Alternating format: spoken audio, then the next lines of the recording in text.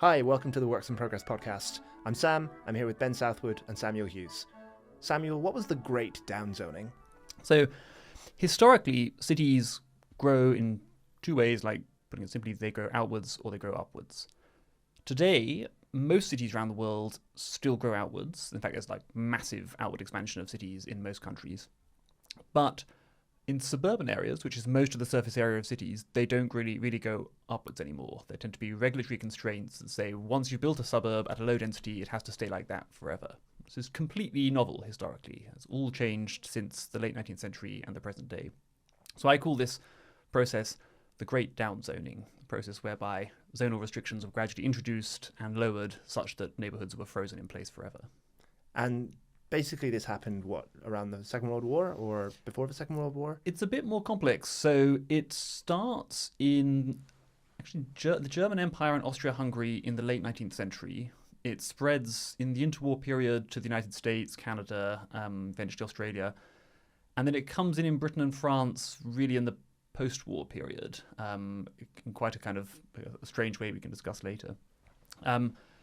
But it's preceded by a kind of private sector downzoning, which happens much earlier. That goes back into the 19th and even the 18th centuries. So the long story begins in like 1600s, 1700s with the first development of like not really low density suburbia, but at least like medium density elite residential suburbs in Britain. And those have private zoning rules pretty much from the start. That then gradually expands around the world in the 19th century. So Germany, France, United States, Canada, they all develop low-density suburbs, and they've all got, like, again, pretty much from the start, they're getting more sophisticated and more detailed over time. They've got private zoning rules, covenants that are restricting density. Public zoning, so the state restricting density, that comes in the late 1800s in Central Europe, in Germany and Austria, spreads to North America, British Empire in like mainly the interwar period, and then finally comes in kind of Britain and France, mainly I think probably the 40s, 50s in the post-war period. So it's like the overall process is pretty long, but the short version is like whenever low-density suburbia develops in a country, elite low-density suburbia develops in a country, private zoning follows pretty quickly after that. And then public zoning, like after the modern state emerges and norms start shifting about what kind of state intervention is appropriate, it tends to come fairly quickly when private zoning mechanisms start to fail, or when low-density elite suburbia comes under serious densification pressure.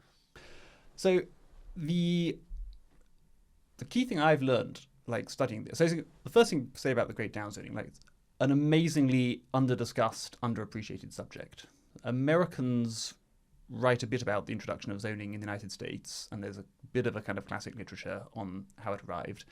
But Europeans don't really write about it at all. So most British and French people, even if they work on housing policy, even if they work on suburban densification as a policy area, don't know where's like rules against densification, when they started, why they started, how they started. So I've like kind of gone from scratch when I've been reading about this. The first place where public zoning, like the state putting in zoning policy, started was probably, I can't quite work out the first one. The standard people often say it's Frankfurt, but there seem to be some earlier ones like Dresden and Budapest seem to maybe have been earlier in the 1870s and 1880s. And it's very much like German-speaking places that do it first. They have maybe a more interventionist tradition of state government. Maybe it goes back to like the Prussian state in the 18th century, more authoritarian approach to government in the 19th century. The big thing I hadn't appreciated at all is that in pretty much every country, downzoning by the government is preceded by downzoning by the private sector. So what I mean by this is, in the Middle Ages, cities do have suburbs, but the suburbs are like poverty-stricken, mixed use, like basically they're where like noxious industrial functions are placed and where people who can't pay to get into the city itself have to live. They're actually outside the walls in medieval times, right? Often it's like shanty towns against the wall. It's the dangerous place which will get burnt by the authorities if the city is besieged to avoid giving cover to the attackers. So you live under constant threat that the authorities might burn your home down if the town is in danger. Maybe you don't have like full protection of law in these places. Like bad places, you don't want to be there if you can possibly avoid it. Then in the basically in England, you start getting something like modern suburbs, and the West End of London is maybe the first. The West End starts as a suburb. Well, kind of. It's an elite residential area built at much lower densities. It's exclusively for wealthy people and exclusively for housing and some kind of retail functions. So it's like the key tests it passes, and it starts as early as the 17th century, but really gets underway in the 18th century. And that, right from the beginning, so that's where like one big landowner says, I'm going to make this whole neighborhood into a place which is a sanctuary from the things we don't like about urban life, and also maybe a sanctuary from like the things that we don't like about medieval suburban life. So we're not going to have any slaughterhouses or brick kilns. We're not going to have any like as little through traffic as possible. And like the more morally dubious side of it, like basically we're going to try to avoid having poor people living in this area. And they've got this challenge, like how do you preserve, once I've sold homes here or sold plots here, like I can sell them for house building or I can build houses, but how do I keep them in that use forever? And in order to attract really like wealthy buyers to spend a lot of money on this neighborhood, they're going to want to guarantee that the neighborhood's going to remain as an elite residential suburb into the medium term. So what they do is they impose covenants, which are like kind of like a contract, where not only the first buyer but all future buyers have to agree to keep the house in basically like an elite residential use. In single ownership, right? In single ownership, often. So this is a slightly technical detail, but often the original landowner doesn't even build the house. They sell it to a developer to build the individual house. So they often put in some restrictions on what kind of house can be built, what it can be used for, often a minimum price. Sometimes they put in detailed architectural restrictions. Sometimes they put in really like minute stuff about restrictions on what pets you can have or restrictions on where you can hang the laundry or any of the kind of things that they think is going to help preserve the tone of the neighborhood. One impression I got from reading the novel The Quincunx, which I gather is based on very careful historical research of the period, is that everyone at this time who was middle class was terrified of their neighborhood falling into penury and becoming like a very dangerous, unpleasant place with 20 people crammed to a room. And they gave the example of the Devil's Acre in Westminster, where all the streets are lined with these crumbling grand mansions, which are now split into 20 people crammed into every room, and all kind of criminality is being carried out around. So it's extremely common for neighborhoods to go through social decline in pre-modern times. Partly because, of course, they didn't have... Like, Europeans now think an older house is, like, prima facie better than a new house, and it's like a heritage property that commands a premium. But Europeans in the past didn't think that. They thought them like cars or computers or something. Like, you've got, like, a shoddy old house, which is going to have loads of defects and at some point going to require loads of expensive work. So you had the properties themselves constantly degrading, just physically. Fashion, it was capricious then as now. And then the tendency, just if they're building new suburbs, the new suburbs will be built to be maximally attractive and try to draw people out. So you have a constant tendency for neighborhoods to fall into decline. People are always afraid of this. Neighborhoods that aren't covenanted, certainly in London, but generally around Europe, there's like people were often pretty it's going to happen. You've got a time limit on how long you can live here with the same like expectations for the character of the neighborhood as when you bought it, and quite a short time limit, maybe like a 15-year time limit or something. Neighborhoods that were covenanted could sometimes survive indefinitely, although even they would decline sometimes, and eventually sometimes the people would stop bothering to enforce the covenants because they'd think, oh, it's hopeless at this point. And is this happening because so many people are moving into cities? Like, why is it that presumably if you have a lot of people considered to be undesirable moving into a particular area, they're moving from somewhere else? So are they like moving within the city? And does that mean that there are other areas that are becoming kind of less dangerous, let's say? Or are they moving into the city from rural areas? I think My sense is it usually accompanies urban growth. I see. So it's normally there aren't usually inner urban neighborhoods becoming more genteel. There are normally the default is all inner urban neighborhoods are in decline, except maybe the business center, which might retain like an elite character. All inner urban neighborhoods are in decline, and the middle classes are slowly moving further and further outwards. That's the pattern in London. It's a bit more complex in other parts of Europe. And this is what year? What kind of year period are we talking about again? I mean, this starts in a big way in the 18th century and runs all the way into the 20th century. Okay. This process, and it's but Covenanting was successful in preserving some areas of London from this process, and Britain. I mean, London had the particularly interesting process, the freehold system, whereby the original landowner would retain a kind of ownership, partial ownership in the properties and these so-called great estates. And these landowners were often really vigorous about enforcing the covenants because they wanted to avoid the neighbourhood declining because they had a long-term financial interest in it. In 100 years, they would regain ownership and resell the leases. That's what happened. Yeah, they would sell the leases for about 80 or 100 years. And so because they were like church bodies or charities or aristocratic families, they were extremely long-termist and actually cared about what happened in 80 or 100 years. So they were thinking, if this neighbourhood's become a slum in 80 years, my grandchildren will inherit a worthless asset. Whereas if I retain it as a summit of fashion, then they'll inherit this amazingly prestigious and lucrative asset. So I'm going to fight really hard to retain its character. And there's like Bloomsbury was a key like neighbourhood on the like edge of genteel London, owned by the Bedford family, and they were famously like one of the most conscientious of the great estates in enforcing covenants and even supplying like public services and this kind of thing, because they were really, really keen to keep its character. And they didn't completely succeed. It gradually decayed and became a kind of bedsit territory by the early 20th century, but it didn't completely fall through. And that sheltered the neighbourhoods to the west of there. And the mechanism here is basically units becoming subdivided. Like it's like you start with a kind of like I guess a nice apartment. Is it apartments or is it houses? And then the mechanism is it's kind of always more economical to just cram more and more people into these units than to maintain them as being nice for like a single family or whatever. Yeah, so London in the classic Great Estates period, that's all correct. They started as houses, and the main form of densification, it's like population densification rather than mainly floor space densification. So it's mostly just the same buildings being subdivided. That's not quite true because they did fit in the back gardens sometimes, but they weren't at this point mainly talking about knocking them down and building flats.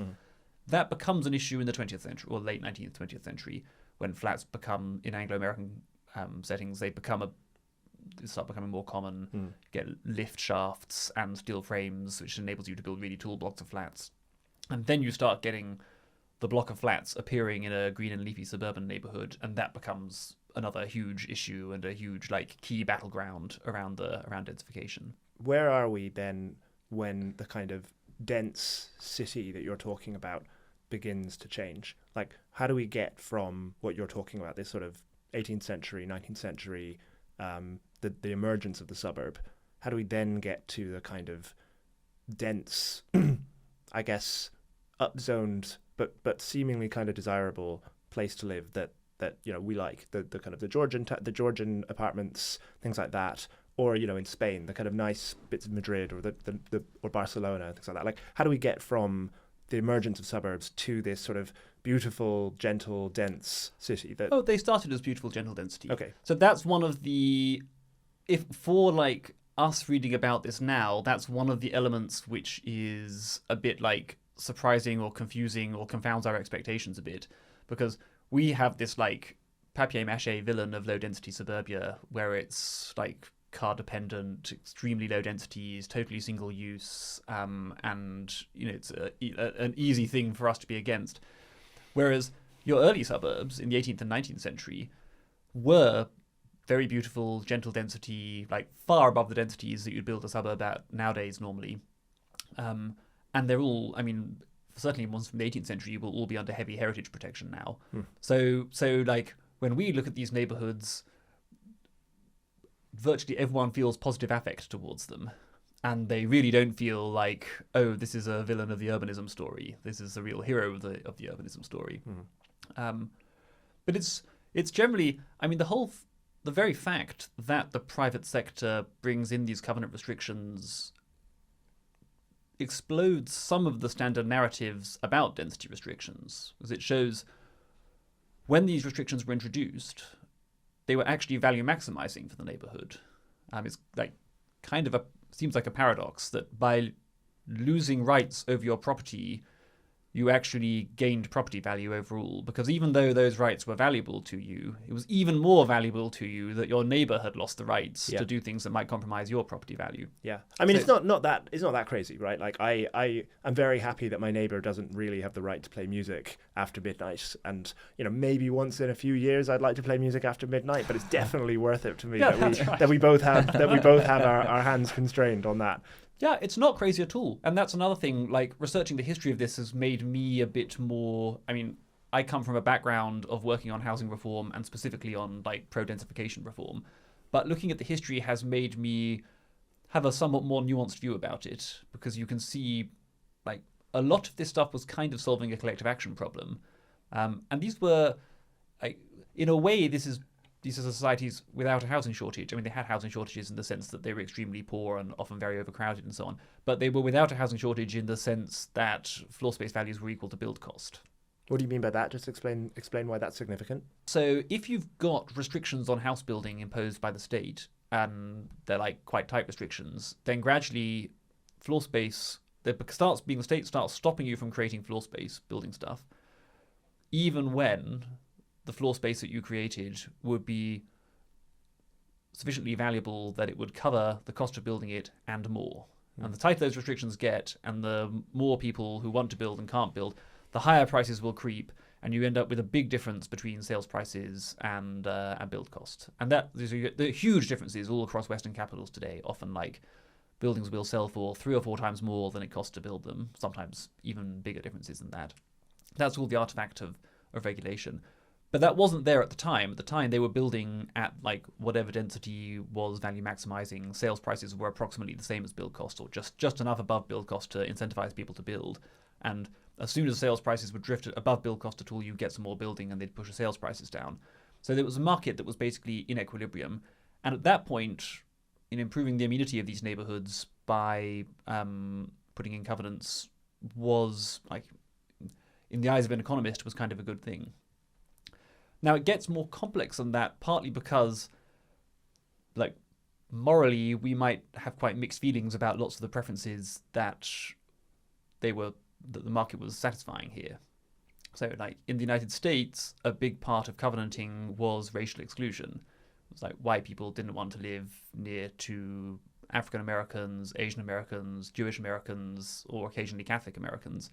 And so they put covenants in to exclude those people from neighborhoods. In Europe, that doesn't seem to have... I can't find evidence of that having happened in Europe. But obviously social class exclusion was a huge part of it. Like, people want to bask in the reflected glow of living next to high status people. And that was, like... Of course, in the 19th century, people are much more open about this. It wasn't regarded as a particularly disreputable motive.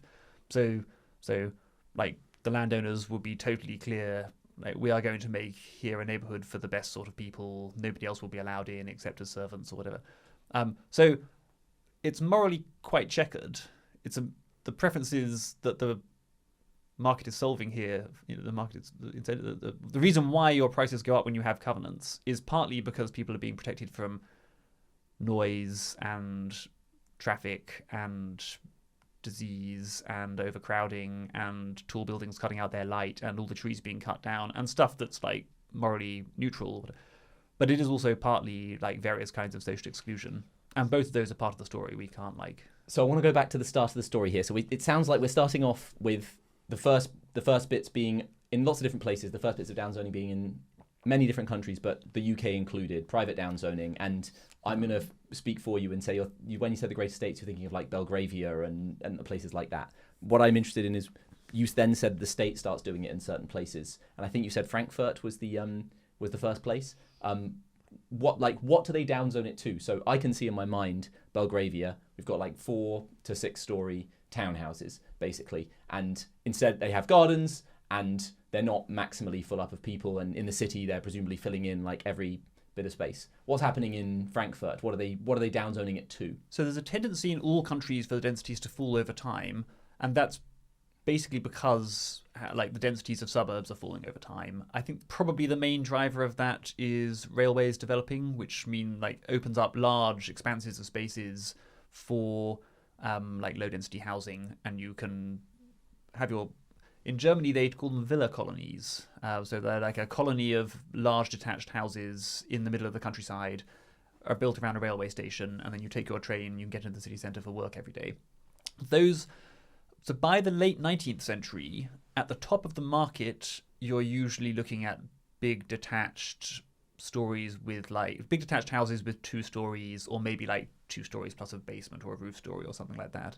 And that's true probably all around Britain, France, Germany, British Empire, United States. That's like the elite housing type so like by the end of the 19th century, we're talking about densities that aren't so far off what you'd get in a rich suburb today. But covenants also operate at lower points in the market. So middle class suburbs will also generally be covenanted, and those will still be at somewhat higher densities. Those are still like 2-story terraced houses at that point. So what happens next? So the problem with covenants is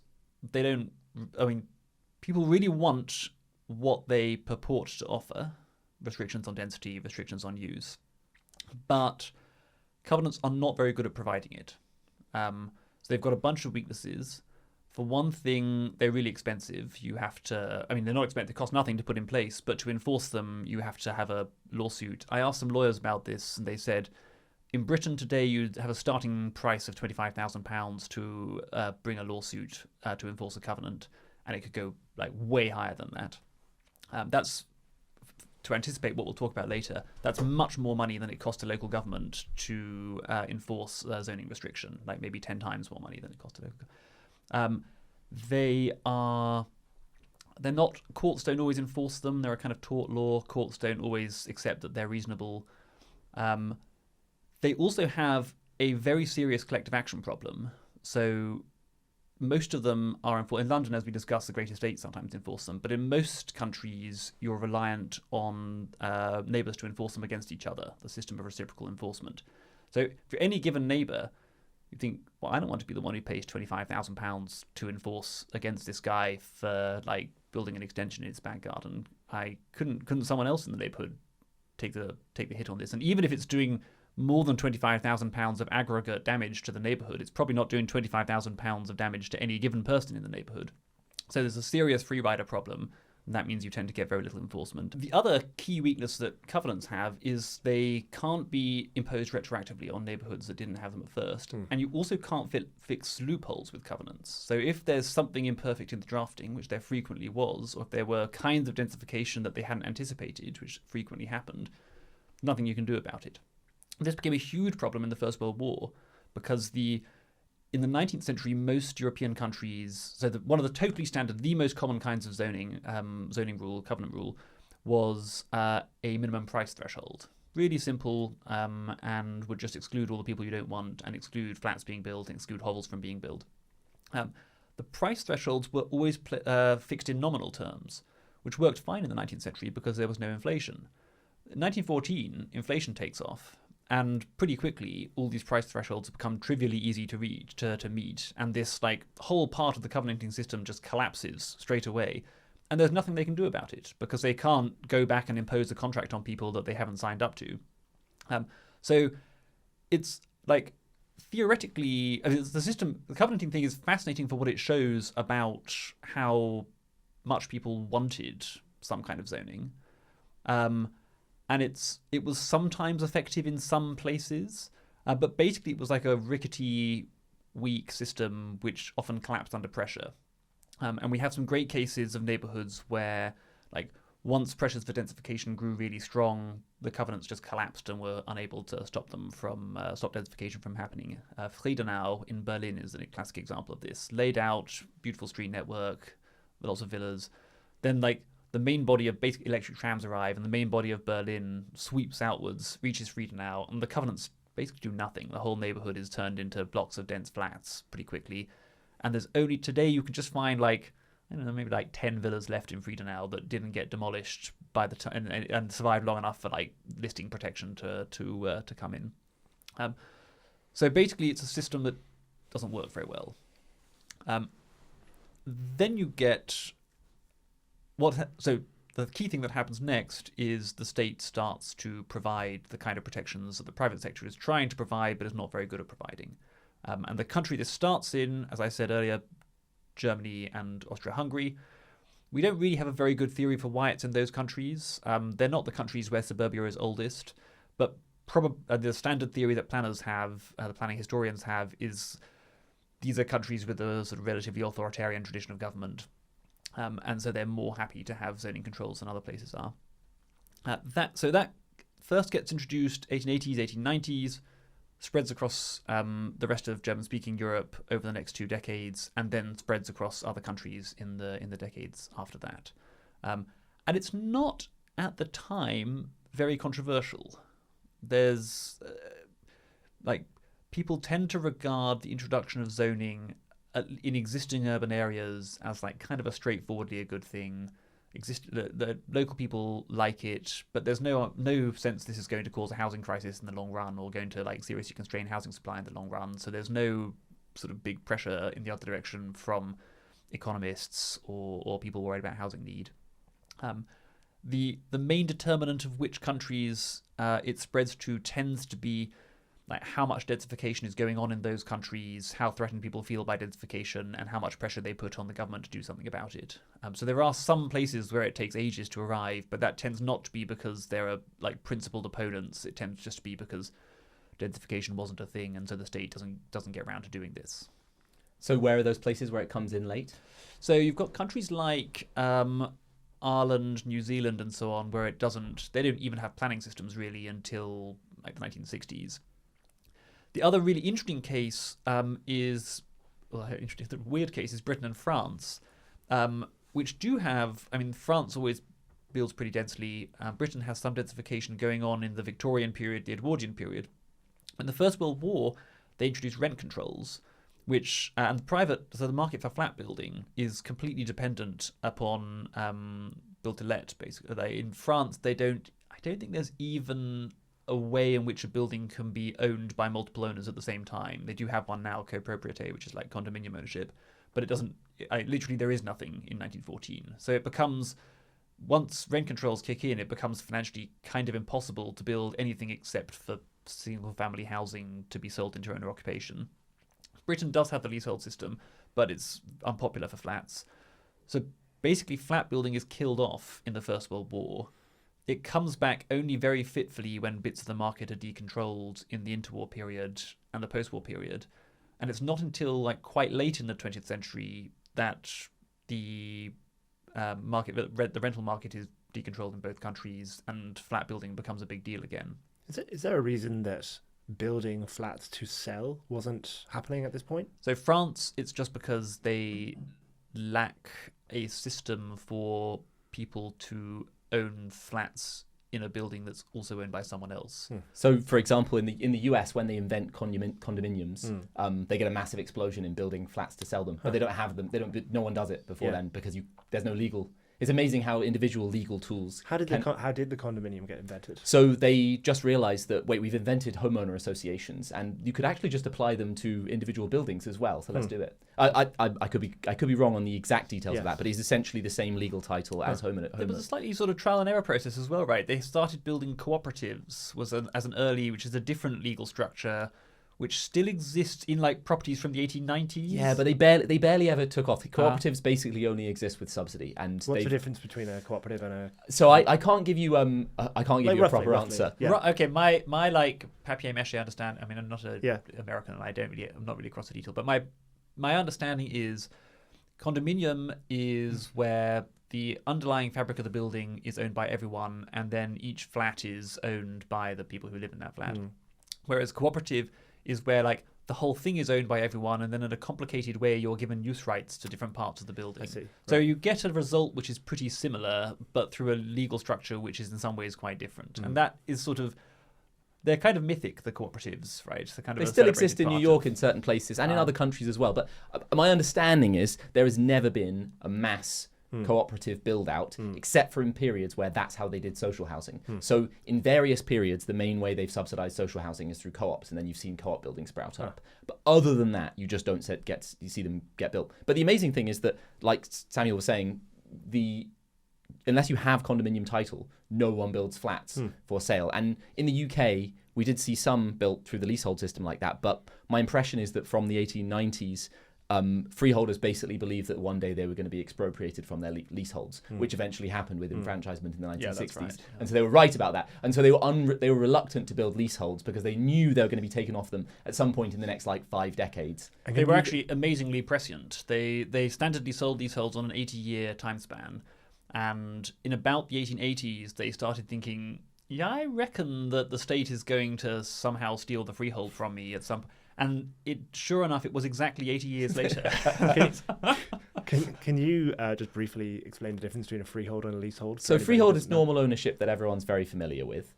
In some countries, like primarily the UK, we've retained a kind of feudal type of sub-ownership, and it could go infinite number of times downwards as well. So in the Victorian era, you'd often have one guy owns something, and then he rents out the right to it, or sells off the right to own it for a given number of years. That's the leasehold to someone else, and then that guy sells the sublet to another person, and it can go very, very far through.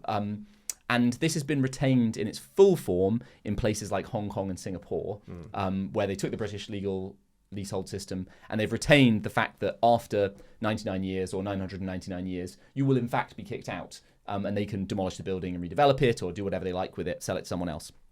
In the UK, in the 1960s, with enfranchisement, you got the right to stay in your leasehold building after a certain period of time. And then enfranchisement was strengthened various times, including in the 1990s. And so now, if you're a freeholder, you're not really a freeholder in the sense we would usually have understood it before 1960s, because you can't kick a leaseholder out even when the lease comes due. And they have the right to extend it at a rate set by a tribunal rather than by you accepting it as a bid. So, but before that point, you could have done leasehold. I reckon that in the 1930s, the reason why the flats didn't go that big is because freeholders didn't expect that they'd be able to resell leaseholds going into the future. Yeah, people also flats were seen as a very transient. People, even today, people often prefer to rent flats rather than buy them because they don't expect to stay in flats for that long. I guess it's also, the thing that always puts me off buying a flat is the risk, and the fact that you're much more exposed to risk if you've got a bad neighbour in a flat. And owning that is obviously much, much, much riskier than renting it for however many years. Exactly. So maybe that kind of thing is a factor. So the English and the Americans have these. The English have this weird feudal leasehold model, and they can kind of start carrying that over gradually to flats, but the market's quite reluctant. The Americans have cooperative model, which they've developed for homeowner associations. They can sort of start carrying that over to flats. In France, they've got nothing.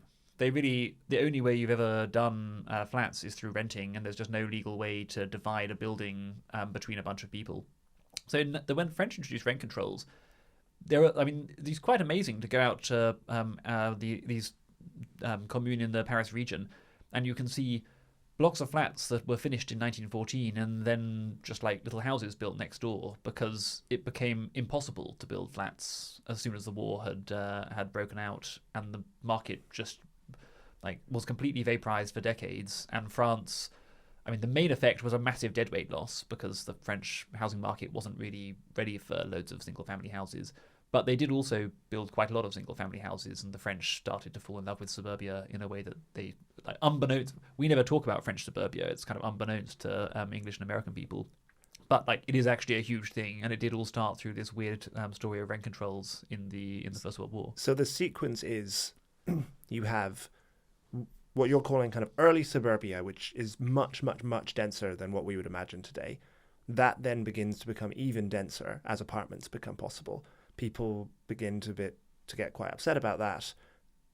Then the First World War hits in, and rent controls hit in, and then that sort of freezes everything. And then while the world is frozen via rent controls, or at least Britain and France are frozen via rent controls, this state downzoning also kicks in and means that even after the rent controls are removed, you're stuck, or basically you can never go back to the sort of apartments that you had before. Yeah, that's right. So what happened in Britain and France? The state downzoning, public downzoning comes in very slowly They don't really bother with it in the interwar period because there's no pressure for it. But it kind of comes in almost maybe by accident in the post-war period, where local officials say like, "Oh, we're putting a local plan in place. I guess we'll ban turning these terraced houses into flats, and like it's not going to happen anyway. But we might as well ban it because it's clearly an antisocial thing to do." There's no controversy at the time. Nothing's ever written about it. But we notice it when the restrictions, the rent controls, are finally removed because in 1980, in the 80s, in the 80s in Britain, and in France a bit more gradually. Oh, so the rent controls are present for most of the 20th century. Then. Oh yeah, Oh, in Britain right. there are rent controls from 1914, I think. So sometime in the First World War, right up till the Thatcher government decontrols it in the 1980s. And it totally destroys the rental market. Like, it falls from being a large majority to a small minority of the British stock. In France, extremely tight rent controls come in the First World War, and then from the late 1940s, the market's very gradually decontrolled. I think maybe you're allowed, existing stock stays under rent control, but if you heavily refurbish the property, you can get it out from the rent control, and there's various sort of get out clauses, and slowly they start to take stock out, and there's still some of it's still controlled today. Like 2% of the French housing stock is still rent controlled and has been since the First World War. So what's the situation in places that don't bring in rent controls? Basically, there's much more pressure of densification, and government acts fast to block it using public zoning. That's the state in United States, Canada, Australia, and then even before the First World War, that's what happens in Germany and Austria-Hungary. Okay, so I predict that almost everybody listening is screaming the word car, and you haven't mentioned cars at any point yet so far.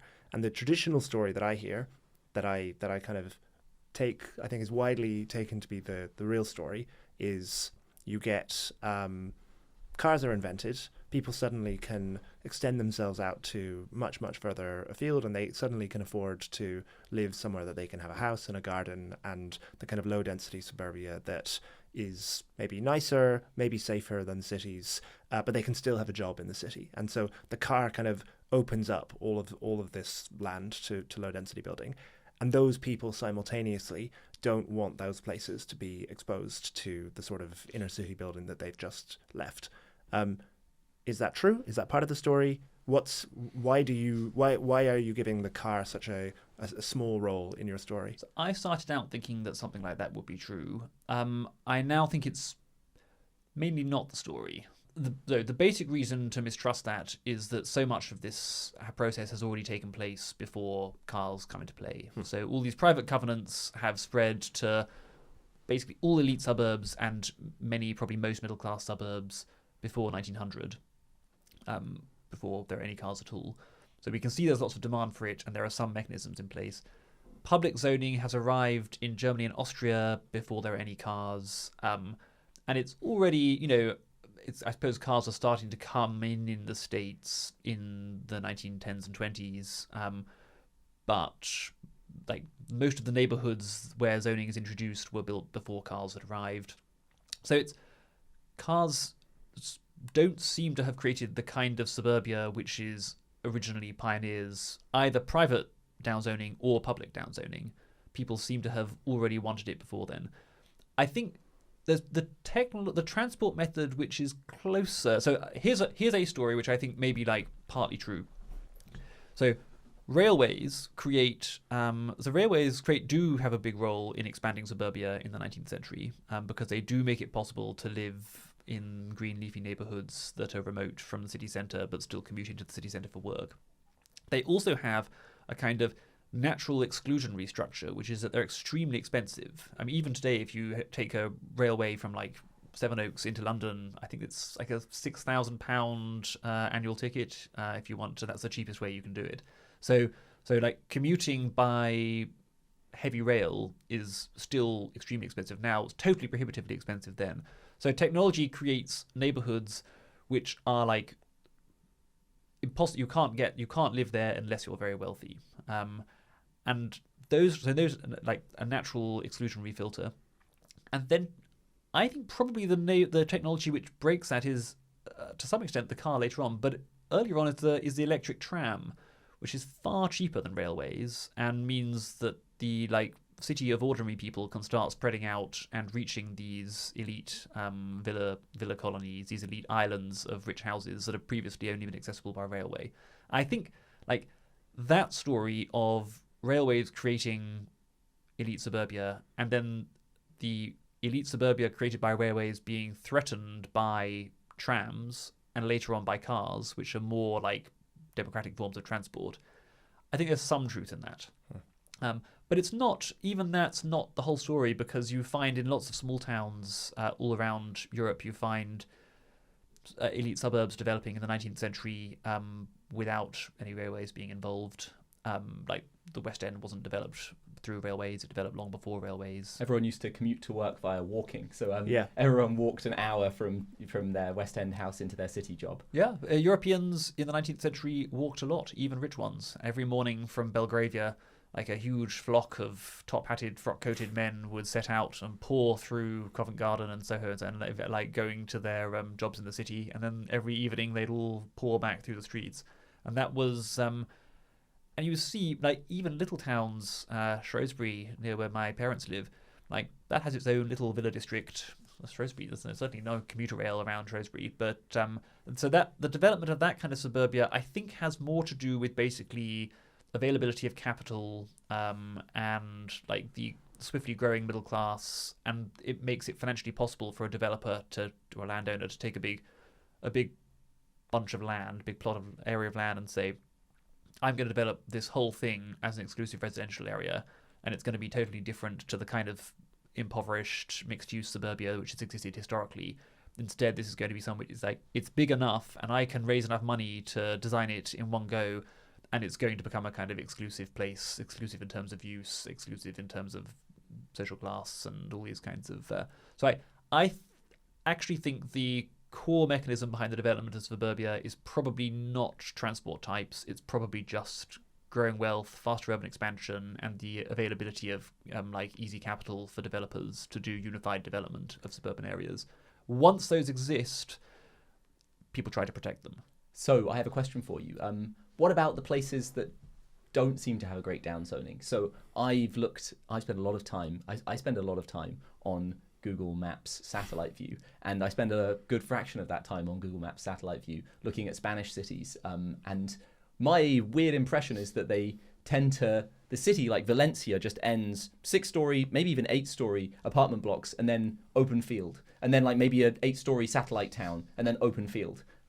Doesn't seem like there's any great downzoning there. So what's going on there? So that's definitely true. I don't have a complete explanation of this. It's definitely true that the cities of Mediterranean Europe are still structured more like cities in the Middle Ages were. So they have the whole city is pretty dense. Rich people live either right in the middle or in kind of inner suburbs.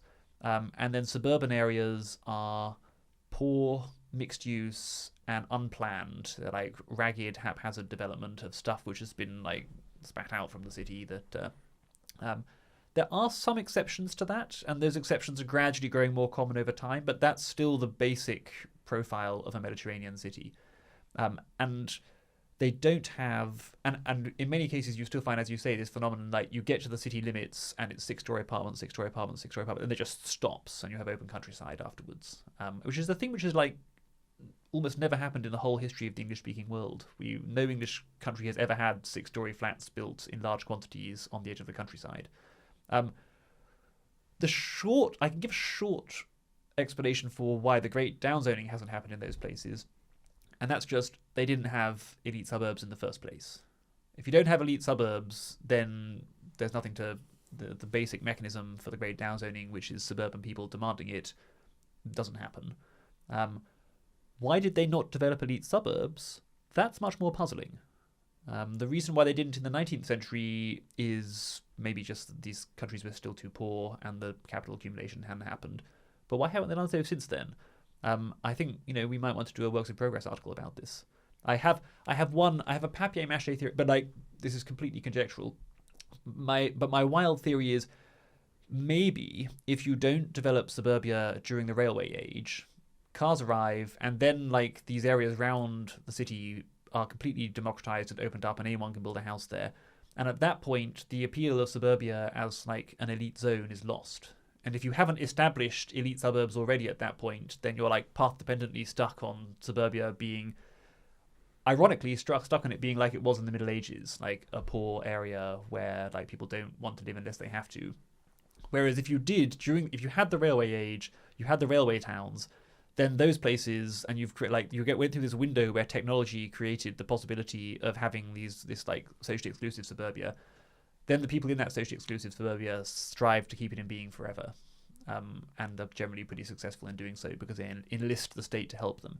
That's a wild theory, but I'm not sure it works, and I can see some reasons why it might be wrong. So I quite like us to get someone to write about that. I have another question because so we're talking here about why everyone inevitably wants to downzone their area if possible, and it was imposed everywhere. It's extremely universal, and people try and do it through like almost any mechanism, will bear gigantic costs for doing it. And so does this mean that our project that you and I have been working on for the last 5 years of trying to upzone various parts of suburbia is now over because we've proven it's impossible? Yeah, it's historical. Downzoning is just a historical inevitability. Or undesirable. I mean, it kind of sounds like maybe we should just take it on the chin. Maybe downzoning is just a price we have to pay for people getting what they want. Yes, it's so one key thing has changed since the downzoning happened, which is that the downzoning itself has generated massive housing shortages. In Britain, it's a bit more complicated because we have green belts, so the downzoning isn't the whole explanation. But in most countries, the downzoning is basically, pretty much the whole explanation for why they have housing shortages. And this is why you can see, like, in the United States, housing shortages are very concentrated in big cities, the places where, like, they're already vast. Urban expansion can't really meet further housing need. What they really need is to densify some of their existing areas. Also, they're often geographically ringed in, like San Francisco is on a peninsula. A lot of New York is on islands. Yeah. That's and New York's got national parks around some areas. So, like, in some cases, they've got physical constraints on further expansion. But I haven't looked into this properly, but I think there's also an effect that, like, when a city reaches a certain size, further physical expansion becomes like quite an unsatisfactory way of meeting its housing need. Like, if you're out deep in New Jersey, on the actual periphery of the New York metropolitan area, and you build a new subdivision, someone in that subdivision, even if they get into their car at 5 a.m. in the morning and drive like crazy, may not be able to get to Manhattan in time for the start of the working day. So, like, they actually can't meet the housing needs of the Manhattan Employment Center by further expansion in Long Island or further expansion on the mainland.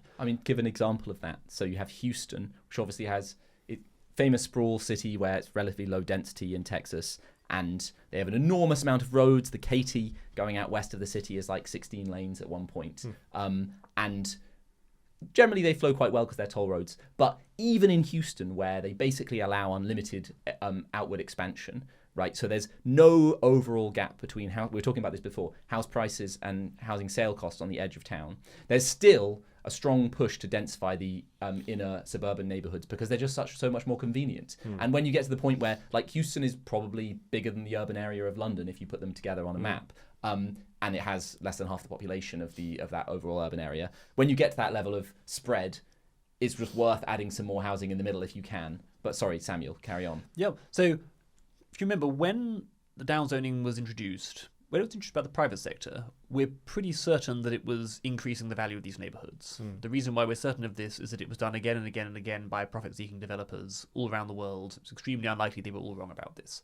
So at that point, when you didn't have a housing shortage, the amenity value that you preserved through covenanting, or, like, the racist preferences that you satisfied through covenanting or whatever it may be, was sufficiently great that covenanting maximized the value of the neighborhood.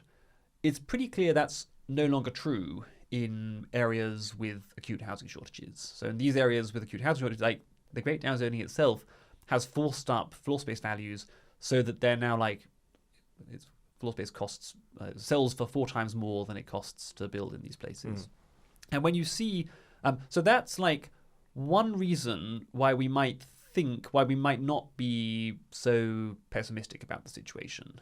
It's true that in all countries that don't have tight regulatory constraints on house building, when you start introducing zoning controls, they probably do increase property prices. But because those zoning envelopes don't increase over time, you get a housing shortage. Because you've got a housing shortage, you get high floor space values, and you reach a point where the value maximizing thing would actually be to upzone the neighborhood and allow more density, which is quite unlike the situation when it was first developed. And you're using total value as a sort of proxy for human welfare or human well-being. Yeah, it's an imperfect proxy, obviously. I like it. I think it's a good one. Yeah, I don't like. I mean, there are problems. So clearly, like the financial value of like economic value will weight the preferences of rich people more than it would weight the preferences of poor people. Like a billionaire's view might count for more than the homes of 100 people, because a billionaire's preferences are like so much more like have so much more pricing power than people who have no money to give effect to it. So like economic value is a very imperfect corollary for indicator for like social welfare, but like it is it's the best, probably the best we've got for aggregating vast numbers of preferences of vast numbers of people. Yeah, it's a way of it's a way of people demonstrating what they actually want to happen and how much are you willing to give up for this or the other. The other thing is that if there are distortions that result from inequalities of income, like the distortions will tend to be will bias us in favor of more downzoning. If it's the case that building all the flats for poor people maximizes economic value even though it disrupts the billionaire's view, then like the poor people must really want it a lot, because they can beat the billionaire with his like enormous buying power. And the other standard flaw in just taking kind of overall output or overall value as the proxy for welfare is externalities, right? Like we don't just think that, I don't know, a country that mines a lot of coal and then burns it all and makes a lot of stuff, there is something missing there, right? There's the pollution and the CO2. And that is part of the story, because obviously the story of the Great Downzoning is one of externalities. You're talking about basically people trying to control negative externalities. But when you talk about a single area or talk about maximizing the value of a single area, this is why the great estates worked so well, because they internalized all of those externalities. They had this incentive. They had Ben, you've written about this a lot, but when you have a kind of single owner, the single owner has a really strong incentive to weigh up all of the externalities kind of within that area. And this is obviously one of the reasons that streets differ in quality and so on. And also, if we go back to the great estates and their private zoning, the great estates and their private zoning do occasionally upzone themselves, right? So the great estates are a perfect example of what Samuel's saying, because most of the time they're like, keep it low.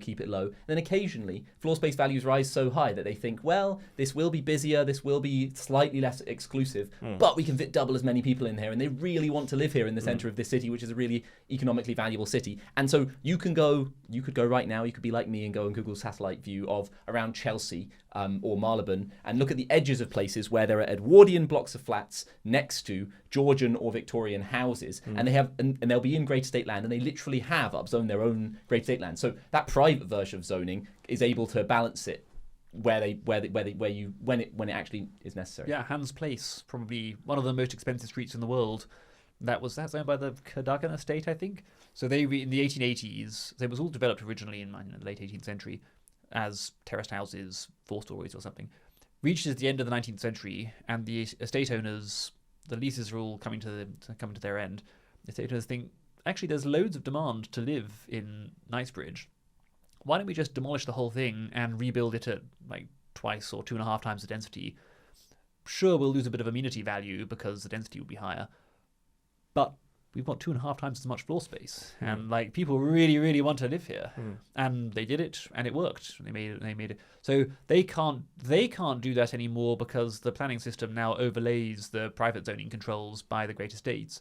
But if you remove the planning system, I'm sure the great estates would start demolishing bits of their 19th century stock and replacing it with denser development.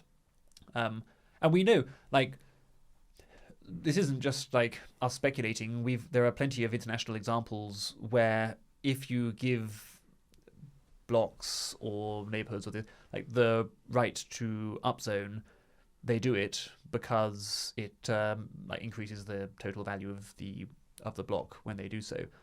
Ben's done some work on the case of Houston here. Yeah, well, yeah, we did an article on Works in Progress that was very good. I'll credit Anya Martin for doing most of the work on that.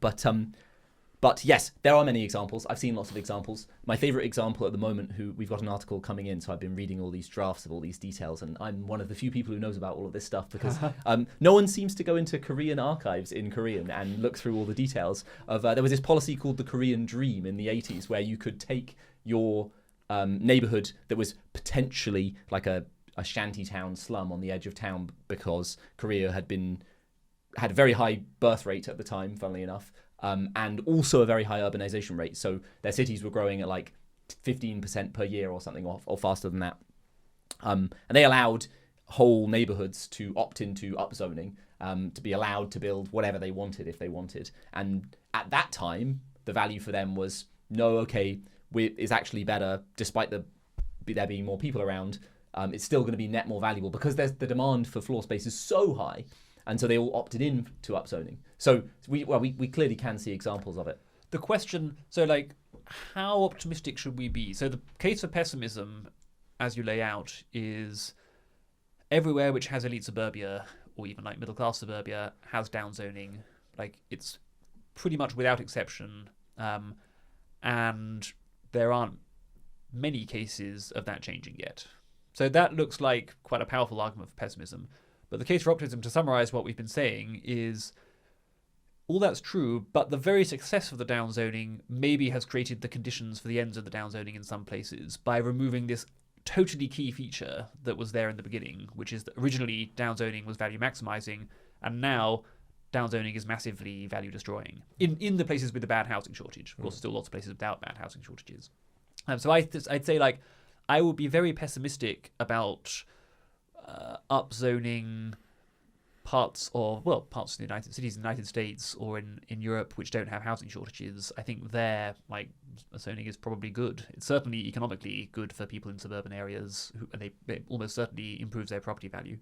But in the places where we've got terrible housing shortages, which includes nearly all the great capitals of the world, there we're in uncharted territory. And the whole reason that brought the downzoning into being is no longer in place. So maybe we can be more optimistic about what might happen in those places. What's the relationship, or what's the connection between what you often write about and think about, which is beauty and design and architecture, and this, other than the fact that they're all about housing? Like, does your interest in the built environment, or I hate that expression, but does your interest in beautiful buildings relate to this at all, or are these you're just interested in cities generally? They're definitely related, but it's a complicated and tense relationship. So, like, when I first started working on this, I thought, great, improving the density of suburbia will tend to create more flourishing, more beautiful places. Because the classic examples that we have of flourishing, beautiful places, typically at like medium or high density, or often so. I've always loved terraced streets and the kind of old corridor streets and the essence of enclosure that you get from that. So I thought, well, densification is probably likely to generally make urban spaces more beautiful, and that's another reason to be in favor of it, and maybe a reason that's particularly close to my own heart. Like, we've all got this, right? When we work on policy, and we've got our own publicly our own assessment of the stuff that's actually important, and then we have the thing that like kind of really motivates us, and that we clearly, if you look at the history of zoning, it's more complicated than that. And part of the reason why downzoning was introduced in the first place was to protect aesthetic values of neighborhoods, at least perceived aesthetic values of neighborhoods. So, like, people in these 19th century villa districts, one of the classic problem with beauty, right, is that you bear all the costs of making your property beautiful, but the beauty of your property is a benefit to all the other plots nearby and to everyone who goes past. It's classic, totally pure, one of the best examples of a positive externality. So the free market with fragmented ownership will normally underdeliver beauty.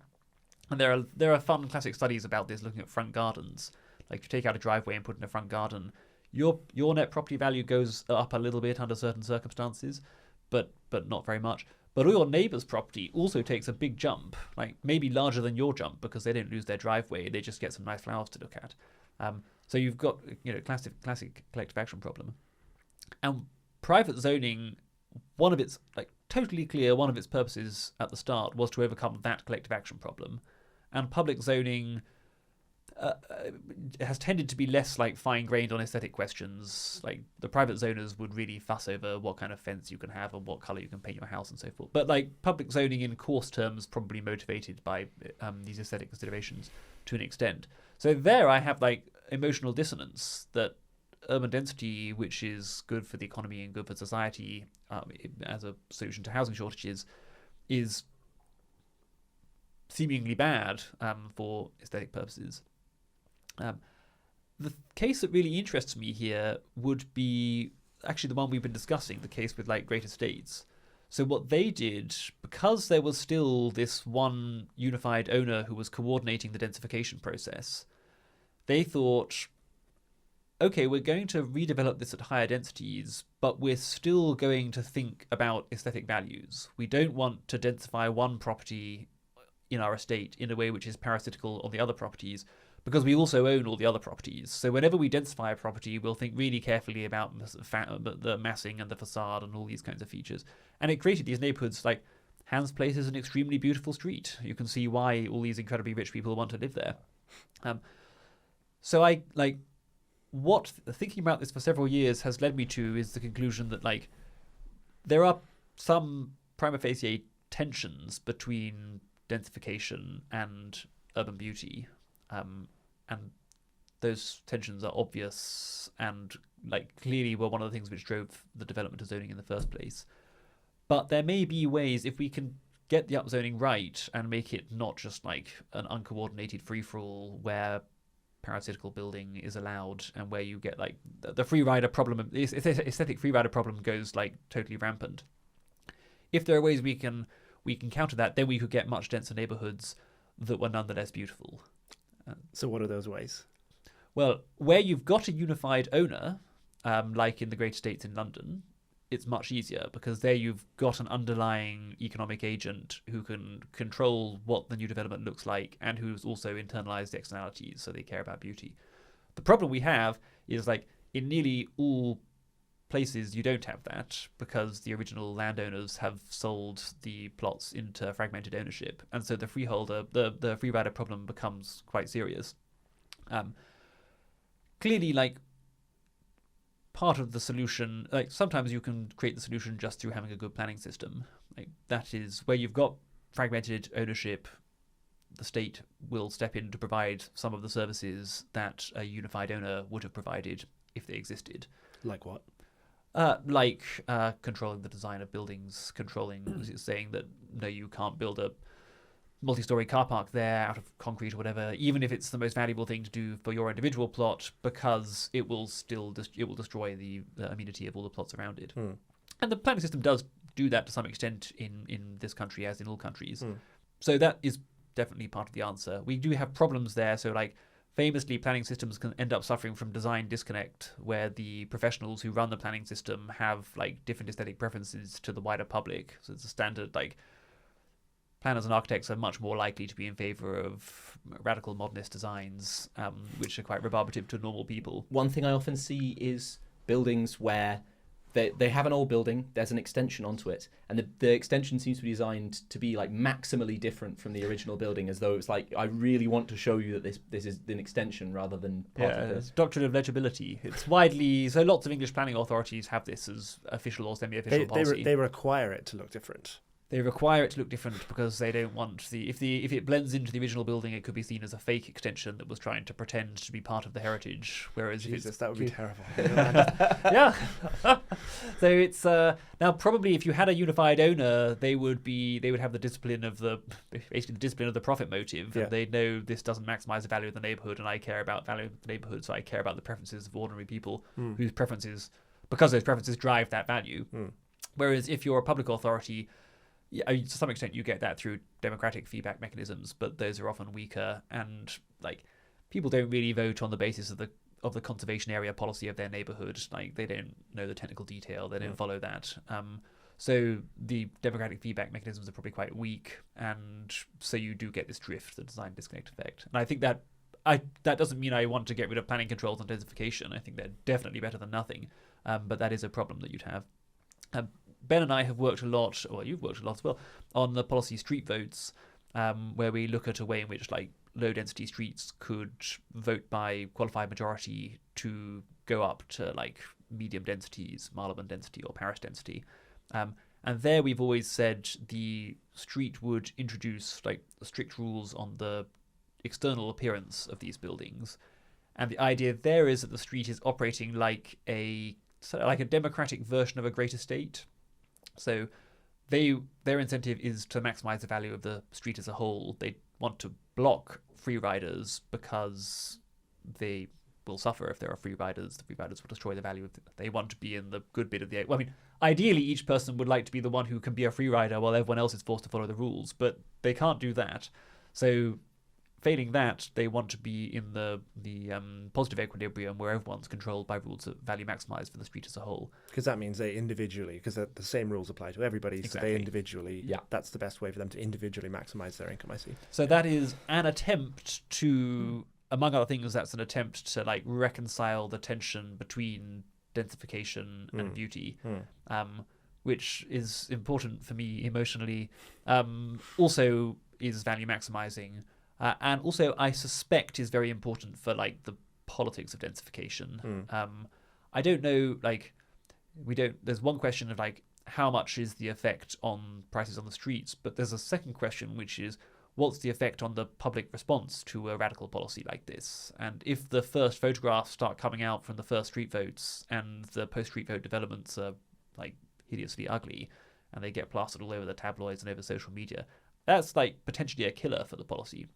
Whereas if they come out and they look okay, then that's better. And if they look great, if people say, wow, hang on, you've made that street a lot denser, but you've actually made it nicer, then you're really looking at like the emotional response is very different. People will think like, well, they're actually making this city into a better place. Let's we should keep trying with this policy and see what happens, and maybe we should expand it.